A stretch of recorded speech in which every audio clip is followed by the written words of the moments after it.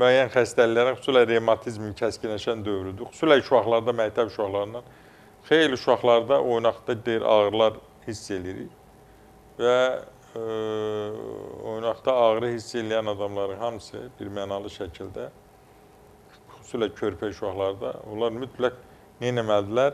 Yoxlatmalıdırlar uşaqları.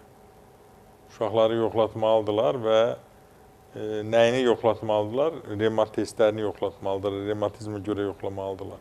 Ki, oradan doğrudan da ola bilər ki, müəyyən narahatçılıqlar olsun və o narahatçılıqlar varsa, mütləq bu qaydasına düşməlidir. Qaydasına düşməlidir. Çünki niyə? Bəzi insanlarda görürsünüz ki, gizli də gedə bilir. Məsələn, xroniki revmatizm olan adamlar deyir, doktor, mənim oynağım ağrıyır, oynaqlarım. Gedirəm, analiz verirəm, orada heç nə çıxmır. Deyirəm, çıxmayacaq. Deyir, niyə? Deyirəm, ona görə ki, orada xroniki revmatizmdir. Xroniki revmatizm də heç nə çıxası deyil.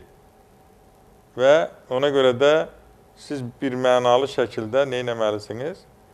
Siz bir mənalı şəkildə getməlisiniz həkimin yanına. O həkimin ki, təcrübəsi var, görüb. Məsələn, anamnezdən toplayır və dolayısı yollarla aydınlaşdırır ki, bu uşaqda, bu insanda xroniki revmatizm var.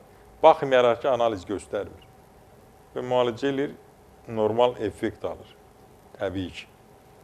Ona görə də nə etmək lazımdır? Ona görə də mütləq mənada uşaqlarda xüsusilə ağrı varsa, çünki revmatizm bilirsiniz də oynağı yalayır, ürəyi dişləyir. Yəni, ürək qüsurlarının, o parok deyilən ürək qüsurlarının əmələ gəlməsində çox böyük bir faiz revmatizmin payına düşür.